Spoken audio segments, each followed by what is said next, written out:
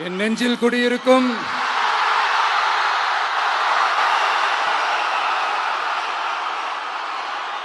திருநெல்வேலி மக்கள் உங்கள் அனைவருக்கும் என்னுடைய வணக்கம். வணக்கம் வணக்கம் வணக்கம் வணக்கம். எல்லாரும் எப்படி இருக்கீங்க?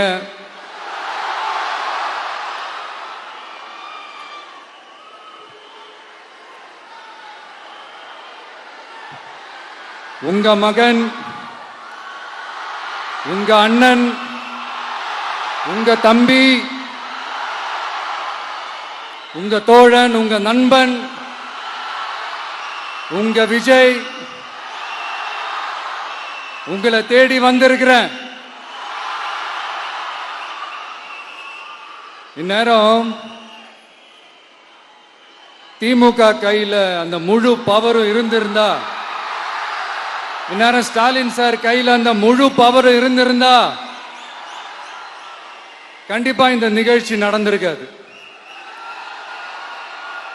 ஏதாவது ஒரு முட்டுக்கட்டையை போட்டு நம்மளை வரவிடாம பண்ணியிருப்பார். ஆனா இப்பதான் அவர் ஒரு அதிகாரம் இல்லாத ஒரு முதல்வரா அப்படியே இருக்காருல்ல, ஒரு கேர்டேக்கர் கவர்மெண்ட் சொல்லுவாங்க இந்த பீரியட. அப்படி இருக்கிறதுனாலயோ என்னமோ கொஞ்சம் ஈஸியா வர முடிஞ்சதுன்னு நினைக்கிறேன். அது மாதிரி இந்த திமுக கவர்மெண்ட் நமக்கு எவ்வளவு பிரச்சனைகள், எவ்வளவு நெருக்கடிகள், எவ்வளவு அவதூறுகள், அவங்களையும் தாண்டி இன்னும் சில பேர் இன்னும் நிறைய அவதூறுகள் எல்லாமே பரப்புனாங்க. இந்த திமுக கூட்டணிக்கும் பாஜக கூட்டணிக்கும் ரெண்டு பேருமே வெளியில வேணா தனித்தனியா இருப்பாங்க, ஆனா உள்ளுக்குள்ள இவங்க ரெண்டு பேருமே ஒண்ணுதான். இவங்க ரெண்டு பேருக்குமே ஒரே நோக்கம் தான். அது என்ன நோக்கம் தெரியுமா? உங்களுக்காக நல்லது செய்ய, உங்களுக்காக உழைக்க, உங்களோட கூடவே நிக்க இந்த விஜய் வந்துடக்கூடாது. அதுதான் அவங்களுடைய அந்த நோக்கமே. ஏன்னா இந்த விஜய் வந்ததிலிருந்து அவங்க நிறைய இந்த ஊழல்லாம் செஞ்சுக்கிட்டு இருந்தாங்கல்ல, ஒரு லிஸ்ட் போட்டு சொன்னல, அதெல்லாம் அவங்களால செய்ய முடியாம போச்சு. எல்லாத்துலயும் மண்ணு விழுந்துருச்சு. அதனால சம கோபத்தில் இருக்கிறாங்க என் மேல. அதே மாதிரி அடுத்து ஆட்சிக்கு வர முடியாத ஒரு சூழ்நிலைய மக்களே நீங்களே ஆல்ரெடி உருவாக்கிட்டீங்க. இந்த கூட்டணி கணக்கு, அந்த கணக்கு, இந்த கணக்கு எதுவுமே எடுபடல. இந்த அரித்மேட்டிக் கணக்கு, மேத்தமேட்டிக்ஸ் கணக்கு எல்லாமே மண்ணுக்குள்ள புதைச்சிட்டீங்க. அப்புறம் இந்த கொள்ளையடிச்சு வச்சிருக்கிற இந்த பணத்தை எல்லாம் வச்சு கல்லாப்பட்டி கூட்டணின்னு ஒண்ணு சேர்த்து வச்சிருந்தாரு. அது எல்லாமே இப்ப கலகலத்து போய் நிக்குது. டாப் தனியா, பாட்டம் தனியா, ரீப்பர் தனியா, ஜாயிண்ட் தனியா, அப்படி நிக்குது தனித்தனியா. எல்லாமே அப்படியே ஒட்ட வச்சுக்கிட்டு இருக்கிறாரு. கூட்டணி கட்சிக்காரங்களே ஒருத்தருக்கு ஒருத்தர் ஓட்டு போட்டுக்க மாட்டாங்க போல் இருக்கு. அப்படி இருக்கு நிலைமை இந்த திமுக கூட்டணியில. சரி, இவங்களுக்கு தான் இந்த நிலைமைன்னு பார்த்தா இந்த பாஜக தலைமையில் மற்றும் பலர் அவங்க நிலைமை இன்னும் மோசமா இருக்குது. அதனால மக்களே, இந்த திமுகவோட நேரடி கூட்டணிக்கும் மறைமுக கூட்டணிக்கும் நம்ம மேல காண்டு.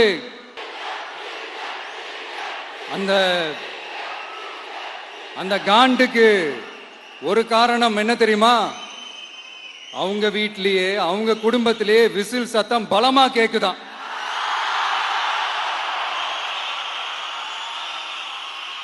அடுத்த காண்டு அது இந்த சில பல கோடிகளை கொடுத்து நம்ம தமிழ்நாட்டு காங்கிரஸை பையில போட்டுக்கிட்டாங்க. யாரு? ஸ்டாலின் சார். ஆனா உண்மையான காங்கிரஸ் யாரு பக்கம் நிக்குது? நம்ம பக்கம் நிக்குது. சிறுபான்மை மக்களோட அந்த திமுக சாயம் வெளுத்து போச்சே. இந்த விஜய் என்னடானா மதச்சார்பற்ற கொள்கையோட உண்மையான ஒரு முகமா இருக்கிறானே. இந்த சிறுபான்மை மக்கள் வேற இந்த விஜய் பக்கம் தானே நிக்கிறாங்க. அப்படின்ட்டு இந்த திமுகவுக்கும் பாஜகவுக்கும் என் மேல காண்டோ காண்டு. அதுக்காக நாம் என்ன செய்ய முடியும்? இந்த 33 வருஷமா ஒவ்வொரு வீட்டுக்குள்ளேயும் ஒவ்வொரு மனசுக்குள்ளேயும் போறதுக்கு நாம் பட்ட பாடு எனக்கு தானே தெரியும். அதனாலதான் நான் முன்னாடியே சொன்ன மாதிரி கட்சி ஆரம்பிச்சுட்டு ஒவ்வொரு வீட்டுக்குள்ளேயும் நான் போல, ஒவ்வொரு வீட்டுக்குள்ளேயும் போனதுக்கு அப்புறம் தான் கட்சியாவே ஆரம்பிச்சிருக்கிறேன்.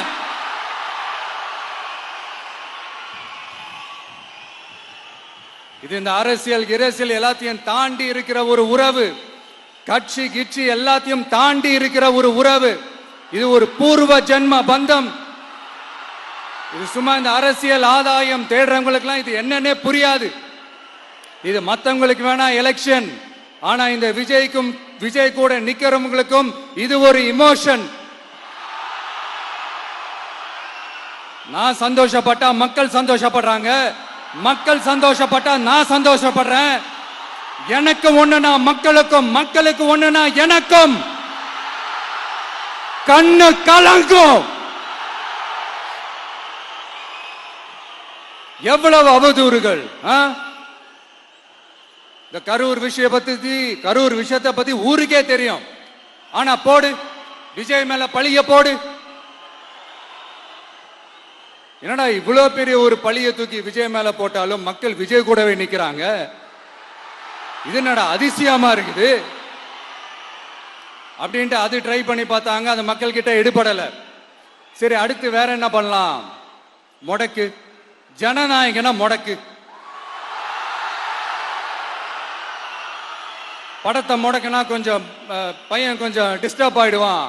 அதனால படத்தை முடக்கு. இது யாரு முடக்குனாங்கன்றது உங்களுக்கே தெரியும். அது நான் சொல்ல வேண்டிய அவசியம் உங்களுக்கு இல்லை. ஆனா இவனாடா இவன் படத்தை முடக்கினாலும் அவன் பாட்டுக்கு அதை கண்டுக்காம அவன் பாட்டுக்கு வேலையை பார்த்துட்டு போயிட்டே இருக்கான். அதுவும் எடுபடல.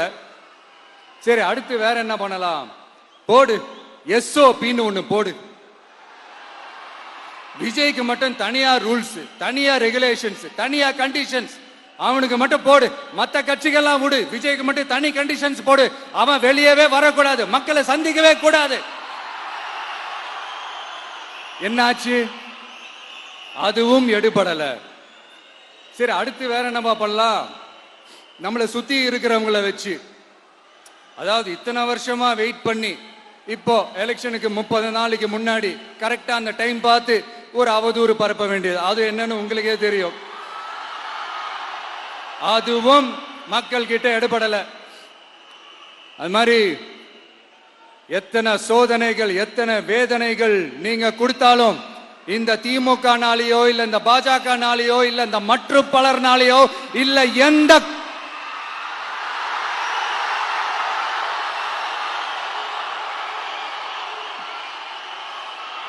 வேற யாராலையும் என்ன மக்கள் கிட்ட இருந்து பிரிக்க முடியாதுன்னு சொல்ல வந்தேன். அதைத்தான் சொல்ல வந்தேன்.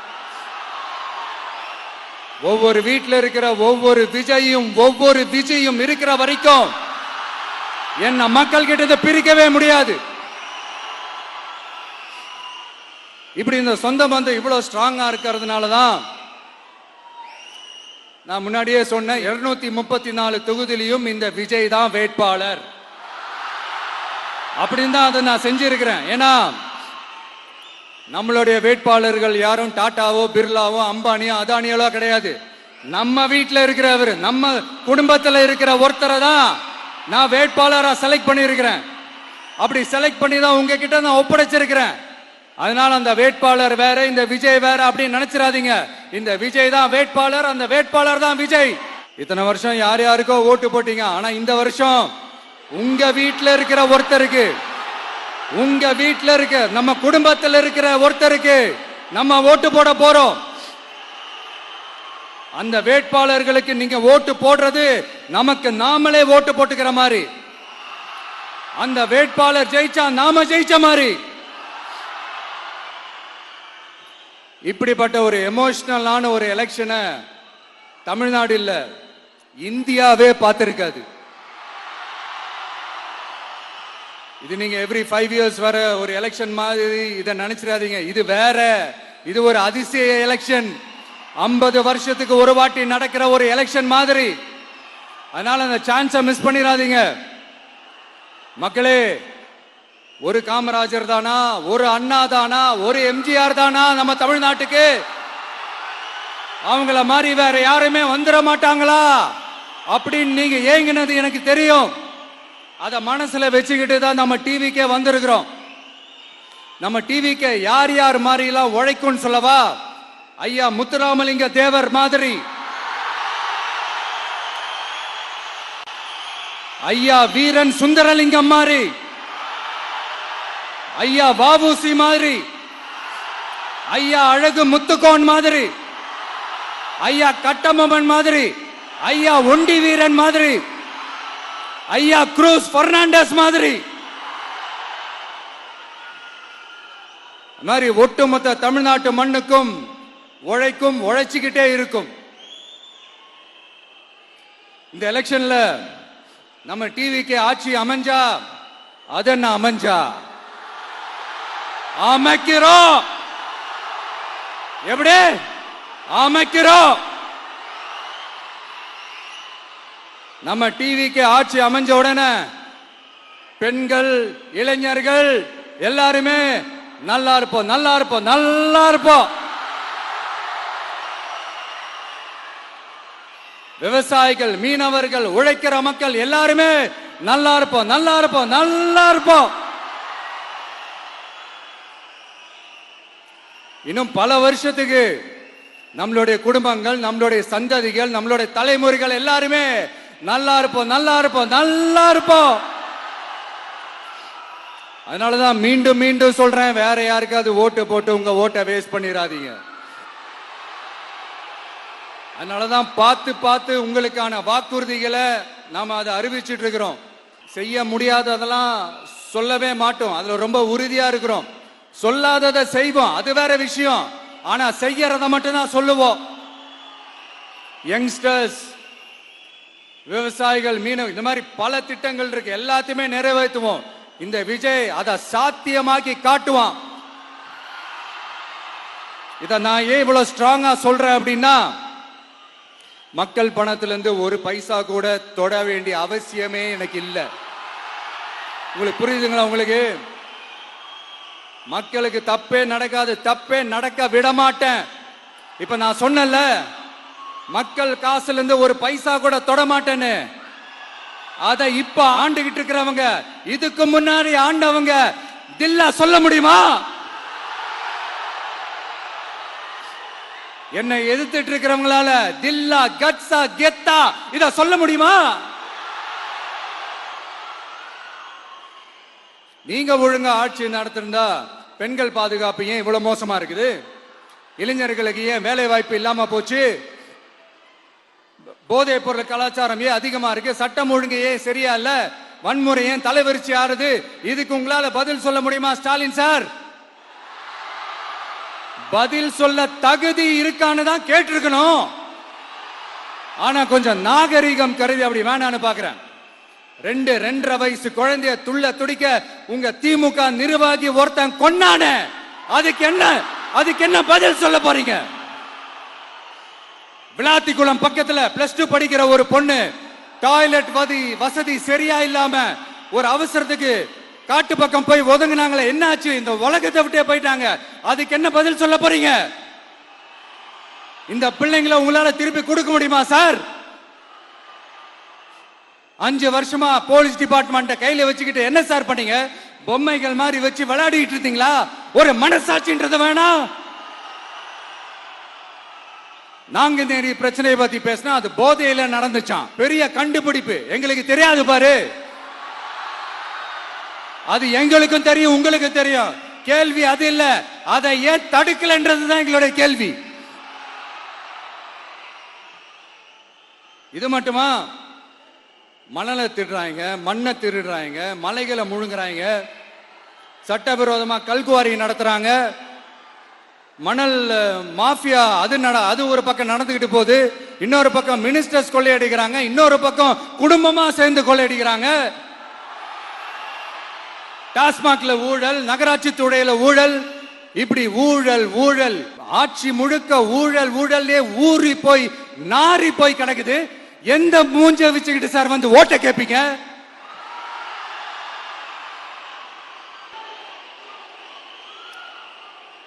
இந்த எலெக்ஷன் சும்மா உங்க பணத்தை எல்லாம் வச்சுக்கிட்டு ஒன்னும் கிழிக்க முடியாது. உங்க பணத்தை எல்லாம் வச்சு மக்கள் எல்லாம் விலைக்கு வாங்கவே முடியாது. இது ஒரு மாற்றத்திற்கான ஒரு எலெக்ஷன். ஒட்டுமொத்த தமிழ்நாட்டு மக்களும் அந்த மாற்றத்தை கொண்டு வர போற அந்த எலெக்ஷன். இது உங்களாலேயோ இல்ல அந்த மற்றும் பலர்னாலேயோ ஒன்னும் தடுக்க முடியாது. அதனால மக்களே, ஏப்ரல் 23ஆம் தேதி காலையில சும்மா பக்காவா ரெடி ஆயிட்டு வீட்டுல இருக்கிற சாமியெல்லாம் கும்பிட்டுட்டு உங்க ஓட்டர் ஐடி கார்டை கையில் எடுத்துக்கிட்டு முதல்ல பூத்துல போய் நின்னு அந்த விசில் சின்னத்துக்கு நேரா இருக்கிற அந்த பட்டனை ஒரு அழுத்துங்க. இது ஒரு தலைமுறைக்கான ஒரு தேர்தல், உங்களுக்கான தேர்தல். எப்பேற்பட்ட வசதியான வாழ்க்கையா இருந்தாலும் எல்லாத்தையும் தூக்கி எறிஞ்சிட்டு உங்களுக்காக மட்டுமே வந்திருக்கிறேன். உங்களுக்காக நன்றி கடன் செலுத்துறதுக்காக மட்டுமே வந்திருக்கிறேன். அத்தனை வழிகளையும் தாங்கிக்கிட்டு உங்களுக்காக மட்டுமே வந்திருக்கிறேன். ஒரு நாளும் பொய் சொல்லி உங்களை நான் ஏமாத்தவே மாட்டேன்.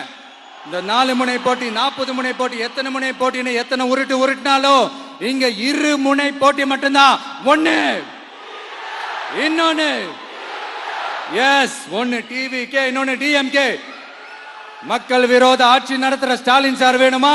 மக்களை நேசிக்கிற உங்க விஜய் வேணுமா? அவ்வளவுதான் இந்த எலெக்ஷன். அதனால உங்க மகனுக்கு, உங்க அண்ணனுக்கு, உங்க தம்பிக்கு, உங்க பிள்ளைக்கு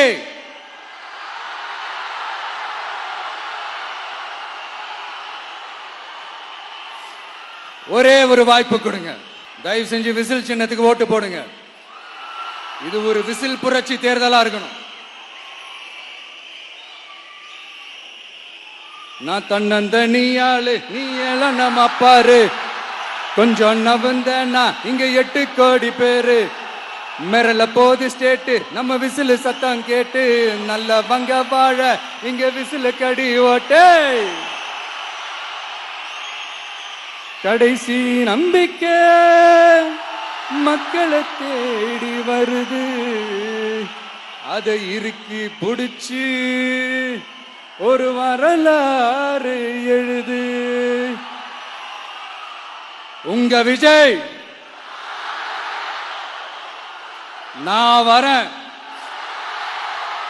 விசில் அடிக்க ரெடியா? கான்பிடண்டா இருங்க. நல்லதே நடக்கும். வெற்றி நிச்சயம். மீண்டும் சந்திக்கும் வரை நன்றி, வணக்கம்.